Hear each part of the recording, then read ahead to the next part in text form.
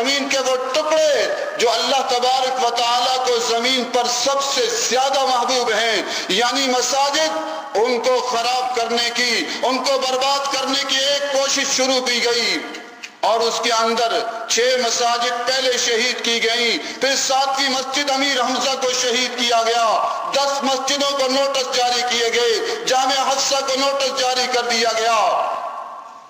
جب مسجد امیر حمزہ شہید کر دی گئی، اس سے پہلے بھی مظاہرے ہوتے رہے، قراردادیں ہوتی رہیں، کانفرنسیں ہوتی رہیں، مذمتی بیان چلتے رہے، اسمبلی کا فورم چلتا رہا، لیکن ان پر کوئی اثر نہ ہوا۔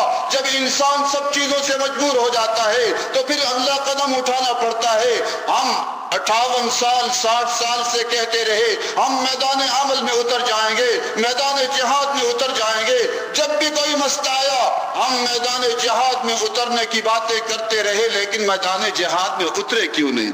ہم پر کیا زیادتی کی گئی؟ ہماری مساجد شہید کی گئیں۔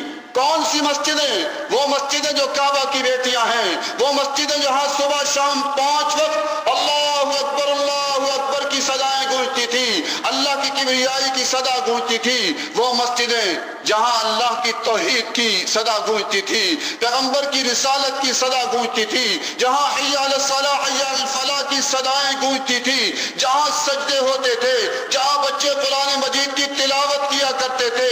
اب چاہیے تو یہ تھا، یہ احب البقاع تھی، یہ کعبہ کی بیٹیاں تھیں، یہ اللہ کی عظمت کے نشان تھے۔ جب ان 7 مساجد کو گرایا گیا تو اس کے بدلے میں ہونا تو یہ چاہیے تھا حکومت کی 7 وہ عمارتیں جو اس کے لیے عظمت کا نشان ہوں، ان کو بھی گرا دیا جاتا تو برابر کا بدلہ ہوتا۔